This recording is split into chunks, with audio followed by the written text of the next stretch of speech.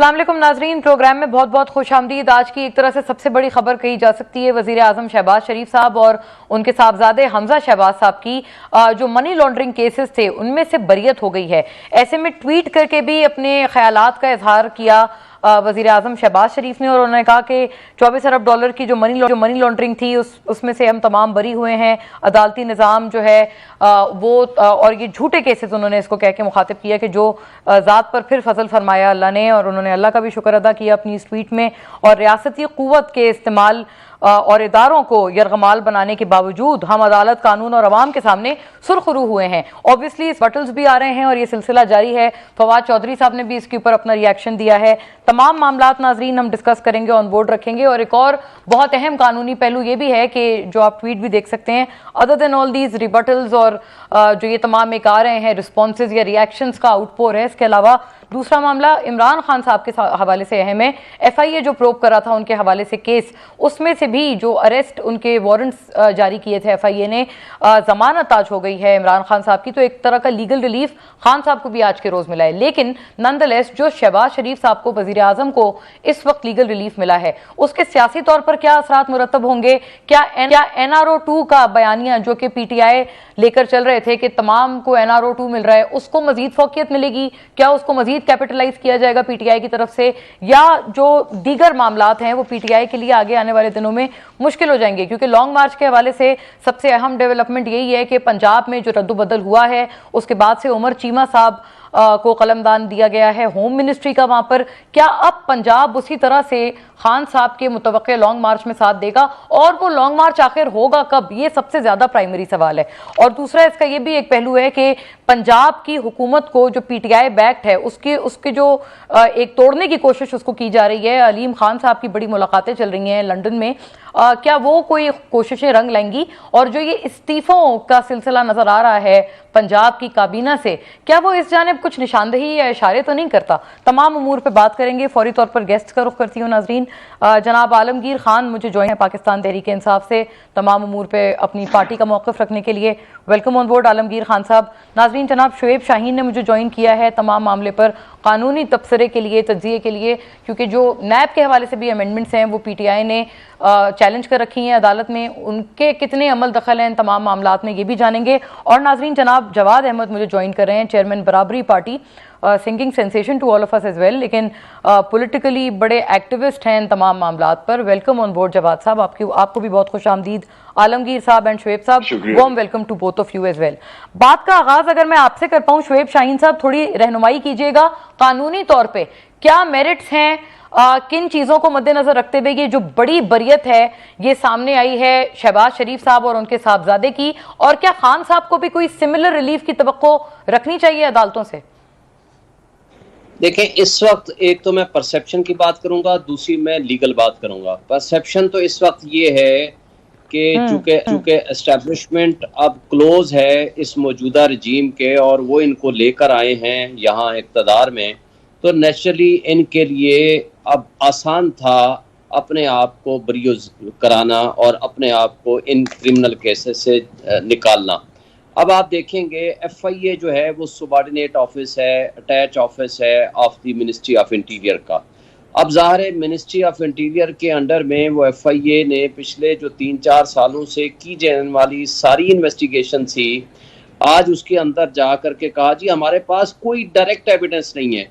भाई, अगर आपके पास डायरेक्ट एविडेंस नहीं था तो पिछले 3 सालों में जो आपने एविडेंस रिकॉर्ड की, कलेक्ट की, रिकॉर्ड जमा कराया, चालान क्यों सबमिट किया? आप कहते जी हमारे पास एविडेंस नहीं है, आप केस को खारिज कर देते। जब आपने चालान सबमिट किया, वो मकसूद चपरासी मरहूम जो फौत हो गया, उसके अकाउंट के पैसे दूसरे तीसरे जिनके हजारों की तादाद में उनकी सिर्फ तनख्वाह थी, आपने करोड़ों और मिलियंस रुपीस उनके अकाउंट में आए, आखिर वो आगे गए कहाँ? वो कोई एविडेंस तो आपने कलेक्ट करनी थी या की थी। 64 सफ़े की चालान सबमिट हुआ, तो जब अदालत में आप पेश हुए तो प्रोसिक्यूटर साहब ये कहते हैं हमारे पास डायरेक्ट एविडेंस इनके खिलाफ नहीं है। देखें, चालान सबमिट होने के बाद ज़रूरी था कि आप उसमें फ़र्द जुर्म आयद करते और फ़र्द जुर्म के बाद आप कुछ जो इम्पोर्टेंट विटनेसेस थे वो पेश करते, उन पे ऊपर जिरा होती और वाकई फिर साबित ना होता तो आप बरी जिम्मा कर देते अगलों को। लेकिन जब आप डायरेक्ट एक्विटल कर रहे हैं even without framing of charge और कोई एक गवाह भी पेश नहीं हुआ, तो परसेप्शन तो यही जाती है। अच्छा शुएब शाहीन साहब, एक पॉसिबिलिटी आपसे जानना चाहती हूँ, क्या ये मुमकिन हो सकता है, चूंकि एफआईए पहले माजी में खान साहब के दौरे हुकूमत में उनके अंडर था और आज अगर उनकी तरफ से ये कहा जाता है कि जी हमारे पास कोई डायरेक्ट एविडेंस नहीं था, मुमकिन है कि इदारा खौफजदा हो अपने ऊपर पॉलिटिकल प्रेशर से कि जी अगर खान साहब के दौरे हुकूमत में ये बात कह दी जाती तो he would not have come down lightly on the FIA कि जी आप ये क्या बात कर रहे हैं? देखें, इसलिए ऐसा नहीं हो सकता कि अगर ऐसा होता तो ये इवन जो चालान सबमिट हुआ है, आई थिंक ये पिछले 6 महीनों में इन्हीं दिनों में से हुआ है जब ये इक़्तिदार में थे। उससे पहले तो वो बेल बिफोर अरेस्ट में थे।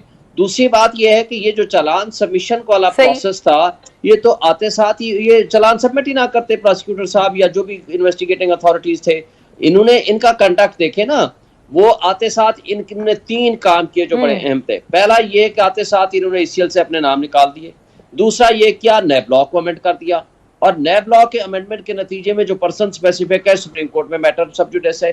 तीसरा काम इन्होंने ये किया कि तमाम प्रोसिक्यूटर्स को और जो इन्वेस्टिगेटिंग अथॉरिटीज थी, उनके जो आईओ थे, तफ्तीशी अफसरान थे, उन सबको बदल दिया। सुप्रीम कोर्ट को इसमें सुओ मोटो नोटिस लेना पड़ा। जब सुओ मोटो नोटिस लिया तो फिर उन्होंने कहा कि नहीं, आप इमीडिएटली चेंज ना करें। तो बात ये हुई कि आपका जो कनाइवेंस है, जो मिली भगत है, बज़ाहिर on the face of it नजर आ रहा है। तो इस तर्ज अमल से अगर ये अपने आप को बरी भी करा लेंगे, आप ये जो आपने वैसे शुरू में जिस बात का आगाज किया था वो तो आपने कहा कि एस्टेब्लिशमेंट और इस वजह से ये जो एक रविश है वो नजर आ रही है हुकूमती तमाम मुंसलिक जो अफराद हैं उनके केसेस में। अच्छा, इसके ऊपर सियासी भी जाहिर है, आप इस पे मजीद हमारी रहनुमाई कीजिएगा। खान साहब के कोई ममासलत रख सकता है किसी केस में? जो खान साहब के केसेस इस वक्त अदालत में चल रहे हैं या चारा जोई है। जवाद साहब, मैं आपकी तरफ लाती हूँ ये मामला। बड़ा कुछ एक्सपेक्ट किया जा रहा था, गिरफ्तारियां मुतवक्के थी, बहुत कुछ था, लेकिन ये बात भी उतनी दुरुस्त है कि उस वक्त भी प्रोसिक्यूशन खान साहब के दौर में भी मुतअद्दिद पेशियों के बावजूद भी कुछ साबित नहीं कर पाए इस बहुत संगीन चार्ज से या इल्जाम के हवाले से जो उन्होंने लगाया था। अब आगे मामला क्या जाते हुए देखेंगे, क्योंकि वो जो NRO 2 वाली बात है वो तो खान साहब की मजीद अब वो जोर से कहेंगे कि ये देखें जी, मैं तो पहले ही कह रहा था NRO 2 हो रहा है।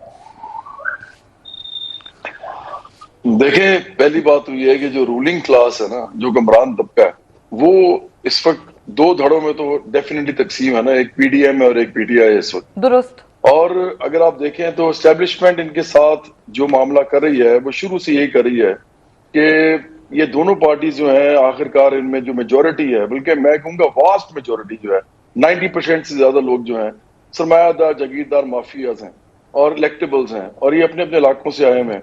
इसलिए एस्टेब्लिशमेंट के लिए दोनों बराबर हैं और दोनों कोई अवामी पार्टीज नहीं है। इन्होंने कोई मुनज़्ज़म नहीं किया, लोगों को महल्लों की सतह पे, लोगों को ट्रेड यूनियंस में नहीं किया, किसान तंजीमों में नहीं किया, वहां से लीडर नहीं निकाले।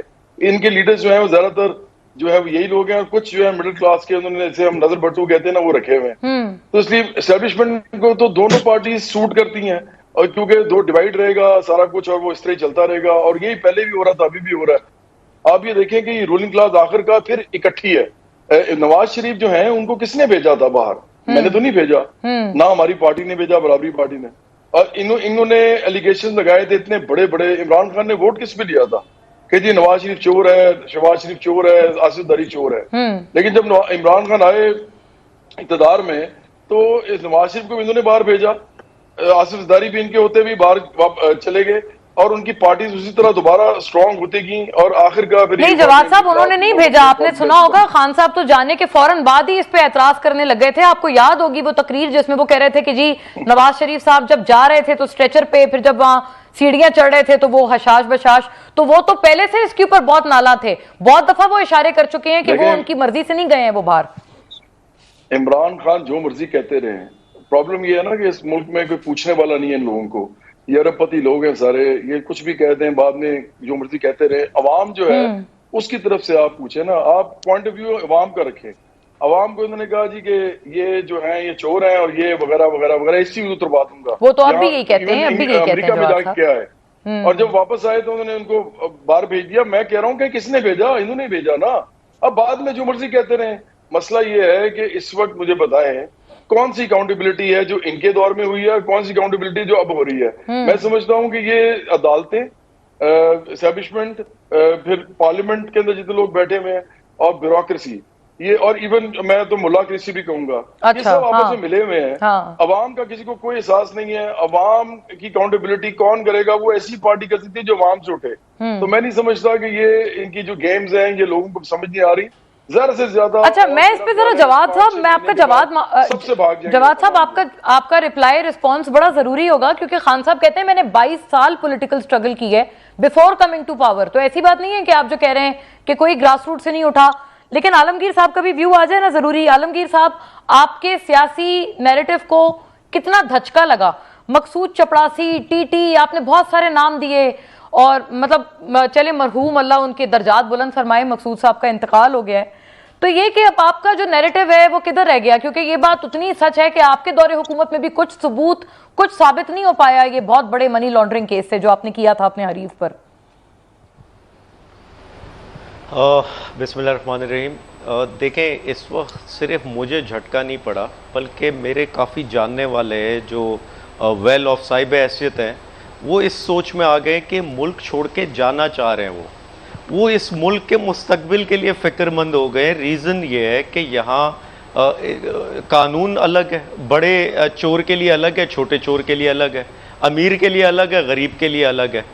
ये जो बात साबित हुई, जो इमरान खान जब वज़ीर आज़म थे उसी वक्त वो कह रहे थे मैं एनआरओ नहीं दूंगा, तो अक्सर लोग मजाक उड़ा रहे थे कि मांग कौन रहा है, बल्कि यही पीडीएम कह रही थी कि मांग कौन रहा है। बिल्कुल अब समझ आई कि कौन उस वक्त भी कौन सी ताकतें थी जो नैब को काम नहीं करने दे रही थी। उस वक्त भी कुछ ताकतें थी जो FIA पर असर वसूख इस्तेमाल कर रही थी, इदारों को सही तरीके से काम नहीं करने दे रही थी, और इन लोगों के लिए रास्ते पैदा करने थे, और इमरान खान ही रुकावट था। नहीं आलमगीर साहब, इमरान खान साहब क्यों रुकावट था? आप ये क्यों कह रहे हैं? क्योंकि ये जवाद साहब की बात सही है, उनके दौरे हुकूमत में ही नवाज शरीफ साहब गए हैं बाहर। मैं ये बात इसलिए कह रहा हूं कि आप देखें, एक के बाद एक केसेस ख़त्म होते जा रहे हैं। ये लोग पावर में आकर कवानीन बना रहे हैं, ये लोग नैब ख़त्म कर रहे हैं, ये लोग ओवरसीज़ पाकिस्तानी का वोट ख़त्म कर रहे हैं, ये लोग इलेक्शन के लिए कवानीन बनाने जा रहे हैं, ये लोग अगले 3 नस्लों के लिए कवानीन बनाने जा रहे हैं कि ये सिक्योर रहे ये फैमिलीज़। और उस वक्त एक ही शख्स रुकावट था इनके आगे। मकसद सिर्फ ये है कि ये इस्टेब्लिशमेंट को सोचना होगा कि आया जो पिछले 10-15 साल कौम को एक ट्रक की बत्ती के पीछे लगाया था कि ये इन लोगों से एहतिसाब करना है, इन लोगों से जवाब लेना है, इन लोगों के खिलाफ जो है वो सारी बातें। नहीं आलमगीर साहब, आप क्या फेवरेट पार्टी नहीं है एस्टेब्लिशमेंट की भी? जवाद साहब ने जैसे कहा है कि आप भी बड़े पसंदीदा हैं, सूट करती हैं आप जैसी पार्टीज, तमाम एलीट कैप्चर है आपकी पार्टी में भी, कोई अलग बात नहीं है आप में और दीगर आपके हरीफ में, ऐसी बस बातें हैं।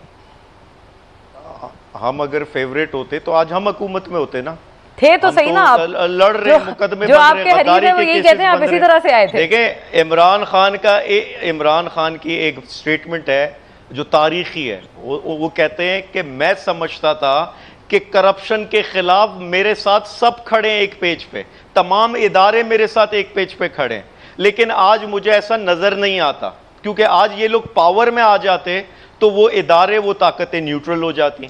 ये स्टेटमेंट क्या समझ नहीं आ रही किसी को? तो मैं सिर्फ ये, लेकिन आपके साथ तो अब हालात खराब हो गए ना, ये बात कहते हैं आलमगीर साहब कि रीजन बेसिकली ये कि अब आपके हालात खराब हो गए, वो वाले रवाबित नहीं रहे।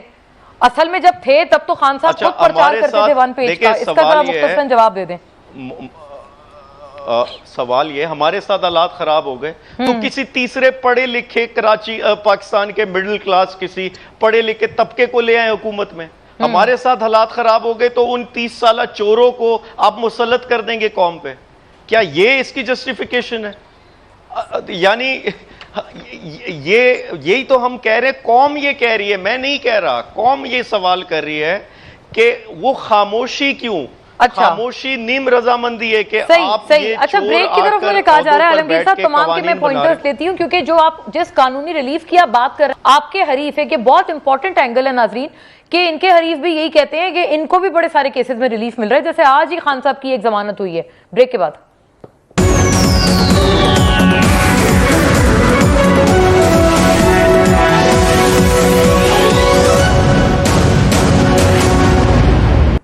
तक नाजरीन जी, शुएब साहब आप बताइएगा, एक के बाद एक रिलीफ अगर उनकी तरफ मिल रहा है तो वो खान साहब को भी जितने भी उनके खिलाफ महाज खोले हुए हैं लीगली स्पीकिंग, उनमें कुछ भी मतलब खान साहब के खिलाफ कुछ भी नहीं हो रहा, आज भी जमानत उनकी मंजूर हुई है। तो वो जो दरअसल आपको पता है आपके हरीफ यानी पीटीआई के जो हरीफ हैं, सॉरी नॉट योर्स, तो वो तो ये बात कर रहे हैं कि जी मतलब आप अभी भी या खान साहब अभी भी लाडले हैं, वो उनको ये तनकीद कर रहे हैं, इसीलिए कोई कानून कुछ भी आपका कुछ नहीं बिगाड़ पा रहा। देखें, जब आप फ्रिवलस केसेस बनाएंगे ना, पिछले 5 से 6 महीनों में 25 FIR काटी गई, ये 26वीं FIR थी जो कल काटी गई है। बात यह है कि जमानत तो फिर मिलनी है। जब आप पॉलिटिकल विक्टिमाइजेशन करेंगे, देखें नैब के मुकदमे नहीं है, करप्शन के मुकदमे नहीं है, एक शख्स ने खड़े होके कोई ऐसी स्टेटमेंट दी जिसपे तौहीन अदालत भी आया, जिसमें दहशतगर्दी का पर्चा भी हुआ, उसमें 4 दफा उन्होंने जमानत कराई है। एक मुकदमे के कई आप हिस्से बनाते हैं। और आज भी देखेंगे जो FIA ने जो FIR काटी है वो फ्रिवलस, अगर आप उसके कंटेंट्स में जाएं, मैं उसकी तफसील का चूंकि टाइम नहीं है मैं नहीं जाना चाहता, फ्रिवलस FIR काट दी। जब आप फ्रिवलस FIR काटेंगे, दहशतगर्दी का मुकदमा बना दिया, भाई एक शख्स को अगर दहशतगर्दी के मुकदमे में आप डालोगे, और दहशतगर्दी क्या है जी, IG और DIG और जज साहबा मैं आपके खिलाफ मुकदमा करूंगा या लीगल एक्शन लूंगा, आप उसको कुछ कह सकते हो लेकिन तौहीन अदालत कह सकते हो, नहीं कह सकते। लेकिन सर ये जिसको फ्रिवलस, सर ये काउंटर आर्गुमेंट आता है ना, वो कहते हैं आप जो फ्रिवलस उनके खिलाफ कह रहे हैं चीजें कि सारी फ्रिवलस हैं, जो उनके हरीफ हैं वो कहते हैं हमारे खिलाफ सब फ्रिवलस था। आज जो जो ट्वीट किया है वजीर आजम ने, वो यही कह रहे थे। देखें जो हरीफ है ना, so what exactly is frivolous sir? जी मैं गुजारिश कर दूं, पहली बात तो ये कि जो एवनफील्ड अपार्टमेंट के केस में मरियम नवाज साहिबा बरी होकर गई हैं, मरियम नवाज साहिबा के सगे भाई टीवी में आकर कहते हैं कि जनाब ये अल्हम्दुलिल्लाह ये हमारे हैं, अल्हम्दुलिल्लाह इसकी बेनिफिशियरी ओनर जो है वो मरियम नवाज है, अल्हम्दुलिल्लाह नवाज शरीफ साहब पार्लियामेंट में खड़े होकर कहते हैं ये है वो ज़राए जिससे हमने ये प्रॉपर्टीज खरीदी हैं। बात ये है आज तक आप वहीं रह रहे हैं, हसन नवाज वहीं रह रहा है, हुसैन नवाज वहीं रह रहा है, नवाज शरीफ साहब वहीं रह रहे हैं, मरियम नवाज जाती है सीधी वहीं जाकर रहती है। बात ये है आज तक ये नहीं बता सके कि ये कहां से पैसा आया। ये तो सर ये भी अच्छा एक जरूरी बात ये भी है ना शुएब साहब के, वो कहते हैं कि अगर वो वाले केसेस में दम है तो उन केसेस में भी दम है, जो तोशा खाना से जो चीजें ली उसका भी फैसला रिजर्व हुआ हुआ है, और खान साहब खुद कहते हैं कि जी मेरी चीज थी मैंने बेच दी। मैं इसमें आपको बताऊं, इसमें फर्क है। फर्क क्या है? ये वाहिद पॉलिटिकल पार्टी है ये या जमात इस्लामी, और भी होंगी, लेकिन जो सामने पॉलिटिकल पार्टीज के मंजर पे नजर आती हैं, जो लोगों से फंड्स लेके वो अपनी पार्टी चलाते हैं, ठीक है, जिनके पास पूरा रिकॉर्ड है। अब मैं एक वकील हूँ, मेरे पास एक क्लाइंट आता है, सुने एक एक्सप्लेन कर दूं, एक क्लाइंट आता है मेरे पास, वो मुझे आकर के फीस देता है, मैं उससे लेता हूँ, मैं ये नहीं पता करूंगा उससे कि तुम हलाल के लेकर आए हो हराम के लेकर आए हो। अब इस केस में ये है कि जिस बंदे ने पैसे इनको दिए हैं उनको अपने पर्सनल अकाउंट से देने चाहिए थे, कंपनी के अकाउंट से नहीं देने चाहिए थे। दूसरा क्वेश्चन इसमें ये है कि उसके पैसे जो थे वो हक हलाल के नहीं थे या गलत तरीके से थे। अब ये पीटीआई का काम नहीं था ये चेक करें कि ये पैसे गलत आ रहे हैं, वो तो दरअसल वो तोहाइफ थे ना जो मिले थे खान साहब को बतौर वजीर आजम, और फिर उन्होंने सेल ऑफ कर दिए। ये बात वो खुद ऑन रिकॉर्ड है, वो कहते हैं मेरी चीज थी मेरी मर्जी। मोना देखें, दो मुख्तलिफ चीज़ों को आप मिक्स कर रही हैं। मैं इस वक्त इस केस की बात कर रहा हूं कि जो इस वक्त FIR कटी है, वो जो जिस साहब ने पैसे भेजे हैं कहते हैं कि वो उसके पैसे ठीक नहीं थे। भाई जी ये जो क्रिकेट ग्राउंड वाली अबराज ग्रुप वाला सारा मामला, करेक्ट सर, वो तो आपकी बात सही है, जब कोई बंदा पैसा दे रहा है, ये आइडेंटिफिकेशन नहीं होती कि वो हक सच के पैसे हैं या बुरे पैसे हैं। आज आप टेलीथॉन में पैसे कोई बंदा आपको भेज देता है, ठीक है, आप ये उसकी इन्वेस्टिगेशन कराओगे कि उसके पैसे सही हैं कि या गलत हैं। दूसरी बात जो तोशा खाना है उसमें गलत किया है जी, जो इसके अंदर तोशा खाना में भी इल्जाम लगा है, वो सिर्फ ये कहा है कि आपने टैक्स में तो जमा करा दिए, गोशवारों में भी जमा करा दिए, आपने जो इलेक्शन कमीशन के पास जो कराना था उसमें आपने गलती कर ली। देखिए इनको आप इर्रेगुलरिटी, मैं उसको साहब को या पीटीआई को नहीं डिफेंड करता, मैं कहता हूँ इर्रेगुलरिटी हो सकती है, इर्रेगुलरिटी अलग चीज होती है, करप्शन चार्जेस अलग होते हैं। यहाँ देखें ये सिर्फ मकसूद वो अलग है, ठीक है, ये करप्शन नहीं है, it doesn't equate to corruption, ठीक हो गया सर। मैं जरा इस पे इनका व्यू मांगती हूँ कि फिर इसको इतना प्ले अप क्यों किया जा रहा है। हाँ अच्छा जवाद साहब, आपका मजे की बात है जो आपने इससे पहले बात की ना, उसका जवाब आज ही खान साहब ने दिया है। जवाद साहब ये जवाब सुनिएगा जो खान साहब का जवाब है टू जवाद साहब एलिगेशंस जो इससे पहले उन्होंने बात की। ये सारी पार्टी हमारी फंडिंग इकट्ठी देखी जाएगी। ये मैं आज आपको राइटिंग में देता हूं कि सिर्फ एक पार्टी की लीगल पॉलिटिकल फंड रेजिंग है, उसका नाम है तहरीक इंसाफ, बाकी सारों की 2 नंबर। जी जवाद साहब आपको जवाब मिल गया। सिर्फ एक पार्टी है जो लीगली फंड्स रेज करती है, वो है पाकिस्तान तहरीक इंसाफ। और उस पार्टी के खिलाफ उल्टा ये कि आप उनको वैल्यू करें, आप उनके साथ ये तमाम सलूक कर रहे हैं। खान साहब ने कल इंकशाफ किया है कि अब उनकी गंदी वीडियोस, मतलब अल्लाह माफ करे, गंदी वीडियोस बना के उनको अब बदनाम करने की कोशिश या साजिश की जा रही है। देखिए मैं पहले तो इस पे बात करता हूँ, आपने भी जो ममनुआ फंडिंग की बात की है, अभी तकरीबन 2-2.5 हफ्ते पहले मैं स्पेशली गया था बाबर याकूब साहब के पास, जो कि सेक्रेटरी इलेक्शन कमीशन थे जब हमने पार्टी रजिस्टर की तो उस वक्त वो थे, और ये 2018 की बात है। करेक्ट। तो जब हम उनके पास गए, हमने उनसे कहा कि पीटीआई की एक वेबसाइट है, उसका नाम है नामंजूर.com। जी जी है बिल्कुल। यहाँ पे आप वीपीएन लगा के खोल सकते हैं, पाकिस्तान से उसको खोल भी नहीं सकते। मैंने उनको साथ जाके दिखाया भी, मैंने उनके सामने वो करके इनको दिखाया, वो रिटायर हो गए हुए हैं। तो मैंने उनसे कहा कि देखें ये खुल भी नहीं रही, और इसमें डॉलर्स, पाउंड्स, यूरोस मंगवाए जा रहे हैं पूरे दुनिया से, और इसको ये इलीगल है। क्योंकि हमें तो देखें, मैं पार्टी का सरबराह हूं और मुझे पता है अच्छी तरह ये इलीगल है, क्योंकि कोई पार्टी को डायरेक्टली आप एक तो किसी क्रेडिट कार्ड पे नहीं ले सकते, ये बाय लॉ नहीं ले सकते। आप सिर्फ और सिर्फ अपना अकाउंट नंबर दे सकते हैं, और उसमें कोई बंदा बाहर से भेजता है, पाकिस्तानी, अमेरिकन या पाकिस्तानी, ब्रिटिश, तो फिर तो वो ठीक है। अदरवाइज अगर कंपनी भेजती है, कोई फॉरेन नेशनल भेजता है, तो आप सर, आप खुद चेयरमैन है एक पार्टी के, आप क्यों इसके ऊपर अरबों रुपया लिया है, अरबों रुपया। आप रेफरेंस दायर कर देना सर। क्या ये मुमकिन है कि आप कोई रेफरेंस, कोई कानूनी चाराजोई सीख करें पीटीआई के खिलाफ, अगर आपके हिसाब से ये नामंजूर.com पे इलीगल फंडिंग मंगवाई जा रही है? उठा लिया ना, वो तो शुक्र करें, उन्होंने उठा लिया। उन्होंने हामिद खान को उठाया, उन्होंने इनके वो जो सैफुल्लाह नियाज़ी उनको उठाया, बिल्कुल ठीक उठाया। हाँ। ये अरबों रुपया खा गए। ये कहते हैं जी ये तीनों पार्टियां सिर्फ इस मुल्क में 100 से ज्यादा पार्टियां रजिस्टर्ड है। हमारी पार्टी इस वक्त उभरती हुई पार्टी है। हमने आज तक $1, £1 जो है वो इलीगल नहीं लिया। आज तक हमने ममनुआ फंडिंग नहीं की, सिर्फ इसलिए क्योंकि हम शराफत के साथ काम करना चाहते हैं। और ये हमें बता रहे हैं कि जी सिर्फ इनकी जो लड़ाई है वो सिर्फ इन तीनों पार्टियों की है। अगर ये तीनों पार्टियां गलत कर रही हैं तो इसका मतलब है कि इनके सामने तो हमें खड़ा होना चाहिए। तो फिर एक बात का जवाब फरमाएं जवाद साहब, अगर इतने लेजिटिमेट ग्राउंड्स हैं तो ये गलत वीडियोस, गंदी वीडियोस, जैसे खान साहब ने कहकर मुखातिब किया है, ये तमाम क्रिएट करके उनको बेकार में क्यों फिर बदनाम करना, अगर इतनी लेजिटिमेट ग्राउंड्स हैं जैसे आप कह रहे हैं? इनके ऊपर केस करें, इनके ऊपर लड़ें, इनके खिलाफ। बात बताऊं, अगर आप मुझसे पूछे ना, पहली बात तो ये है कि गंदी वीडियोस हो या ऑडियोज हो, ये इमरान खान पहले कुछ और कहते हैं, बाद में कुछ और कहते हैं। अभी इन्होंने रिसेंटली जो ऑडियो के ऊपर माना है, अभी ये अदालत में जा रहे हैं, इसका मतलब है ना कि ऑडियो ठीक थी। इसका मतलब है कि जो इनकी जो घर की ऑडियो थी वो भी ठीक थी, क्योंकि वही तो आई है ना बाहर, जो इन्होंने कहा है कि जी एक प्रोग्राम में भी बैठ के कहा है कि जी मेरी वो ऑडियो बाहर निकाल दी। इसका मतलब वो सब थी। असलान बेटे वाली ऑडियो भी ठीक थी। ये लोग, ये जो साइफर वाला मामला है उसमें भी अभी कह रहे हैं कि जी इन्होंने मेरी फोन टैप की है। इसका मतलब क्या है, मतलब टैप की है, इसका मतलब क्या है कि ये मान रहे हैं कि वो ऑडियोज भी ठीक थी। इसका मतलब है कि वो जो साइफर साजिश थी वो भी गलत थी। देखें ये खुद फंसते जा रहे हैं ऐसा ऐसा। और मैं आपको बार बार एक ही बात कह रहा हूँ, एस्टैब्लिशमेंट इन सबको के साथ खेलना चाह रही है। ये सारी पार्टीज जो है वो उनको हम पंजाबी में कहते हैं वारा खाता है। उनको वारा खाता है कि ये सारे के सारे जो है लगे रहे, और इनके में किसी को भी वास्ट मेजोरिटी ना मिले, इनमें से किसी को भी 2/3 मेजोरिटी ना मिले, इनको इवन वो जिसे कहते हैं ना कि एक थोड़ी सी स्ट्रॉन्ग गवर्नमेंट ही ना बना सके, तो ये उनको पूरा मौका दे रहे हैं। वो यही तो कहते हैं। आपने आज जवाद साहब 3.5 साल में आधी पावर भी मिल जाती तो शेर शाह सूरी से मुकाबला कर लेते। आज इमरान खान साहब ने ये बहुत बड़ा बयान दिया है, वो ये बात मान रहे हैं कि उनके पास भी पावर नहीं, और शायद बाय डिजाइन जैसे आप कह रहे हैं कि टुथलेस रखने की कोशिश की जा रही है। ये तो खान साहब खुद कह रहे हैं, आप उनकी बात को इंडोर्स कर रहे हैं।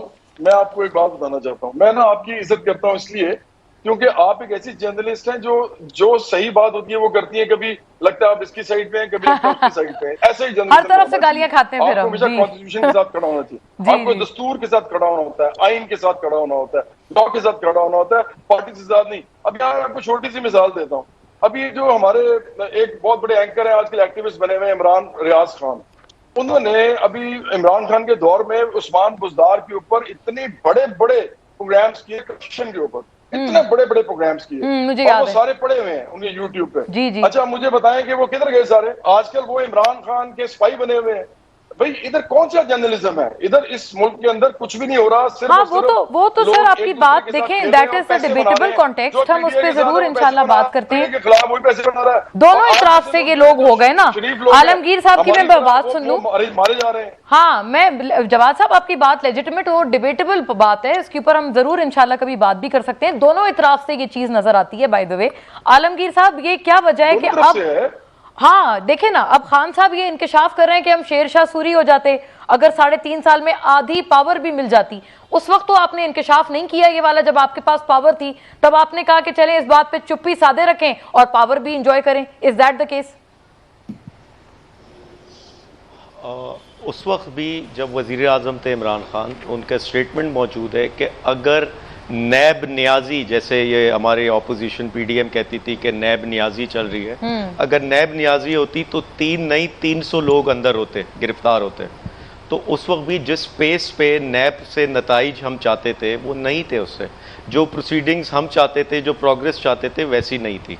नंबर एक। रही बात देखें तोशा खाना का जो केस है, एक चीज़ भी इसमें इल्लीगल गैर कानूनी अगर हो, और ये इसका जवाब भी हमने दिया, एक चीज़ भी इल्लीगल इसमें साबित हो तो हम आपके मुजरिम, हम आपके मुलजिम, जो आप कह सकते हैं। अच्छा आलमगीर साहब, एक गुजारिश 15% इलीगल शायद ना हो, लीगैलिटीज तो हम तमाम से कई बेहतर शुएब साहब बताएंगे, वो खैर इसके ऊपर बात भी कर चुके हैं। लेकिन ये कि क्या ये इमोरल नहीं है कि किसी ने आपको एक प्रेजेंट दिया, आपने आगे कर दिया? कानूनी तौर पे आप पहले 15% उसकी अदायगी करते थे उसकी कीमत की। इमरान खान की हुकूमत में उसको 50% किया गया, यानी आधी उसकी प्राइस जो है कैबिनेट ने अप्रूव की कि वो पे करके हासिल कर सकते हैं। नंबर एक। दूसरी चीज़ ये, जहाँ तक बात है ममनुआ फंडिंग की, तहरीक इंसाफ वाहिद पार्टी है 40,000 ट्रांजैक्शंस का रिकॉर्ड दिया है, जमा कराया है इलेक्शन कमीशन में, और कोर्ट की ये रूलिंग है कि तीनों जमातों का, तीनों सियासी जमातों का ये रिकॉर्ड, जो भी फंडिंग का रिकॉर्ड है, ये जमा कराया जाए। ये जब हम जब ये वाला सवाल हम उठाते कि कोर्ट की इस बात पर अमल क्यों नहीं किया जा रहा, तो तब यकतरफा हमें बायस्ड फैसले इलेक्शन कमीशन के नजर आते। अच्छा, आप कहते हैं कि तमाम, आलमगीर साहब एक और जरूरी वैसे नुक्ता नजर है, नामंजूर.com पे इलीगल फंडिंग क्यों मांग रहे हैं? जवाद साहब भी कुछ कहना चाहते हैं इसके ऊपर। लेकिन नामंजूर.com पे जो आपको फंडिंग आ रही है, वो क्या उसकी आप जांच पड़ताल कर रहे हैं कि वो कहां से आ रही है? जवाद साहब भी कुछ कहना चाह रहे हैं। जवाद साहब आप एक जुमला अपना ऐड कर दें, मैं फिर आलमगीर साहब से जवाब मांगती हूँ। देखिए मैं आपको एक बात बताऊं, बड़ी सिंपल सी बात मैं कहने लगा हूं। देखिए तोशा खाने का केस जो है ना, वो इलीगल और लीगल का मामला ही नहीं है। इमरान खान इस मुल्क के वजीर आजम थे और उन्होंने चेंज लेके आना था, और उन्होंने इस मुल्क के अंदर दिखाना था कि हम उन पार्टियों की तरह नहीं है, हम पैसे नहीं बनाते वगैरह वगैरह। खाते अलहदा चीज होती है, बनाते अलहदा चीज होती है। अच्छा, ये अरबपति आदमी है, इनके पास एक 300 कनाल का घर है, एक 7 कनाल 8 मरले मतलब 8 कनाल का घर लाहौर में है, इसके अलावा 12 प्रॉपर्टीज और हैं। मुझे बताएं, एक ऐसे मुल्क में जहाँ पे सैलाब के अंदर लोग दर बदर फिर रहे हैं, जहाँ पे एक आम मजदूर की जो तनख्वाह है वो 20,000 है, वहां पे किसी वजीर आजम को जेब देता है कि वो तोशा खाना से करोड़ों रुपया खा जाए, इस तरह कह के कि 15% मैंने दिया, और ये आप क्यों नहीं देते? यही जो है फैसिलिटी किसी आम इंसान सही I got your point sir. मैं आलमगीर साहब से जवाब मांग लूं, असल में उन्हीं की टर्न चल रही थी, मैंने कहा लेके आए हैं ये पाकिस्तान में, उनकी मुझे थोड़ी सी कनेक्शन लूज हो गया था बीच में। जी आलमगीर साहब, इसका जवाब फरमा दें। और वो कहते थे कि हम इकट्ठा करेंगे, वो मेरी बारी में अमीर का या पास था। ठीक हो गया जवाब साहब, मैं आलमगीर साहब की बात सुनूं। मेरी बारी में ना बोल। जी जी,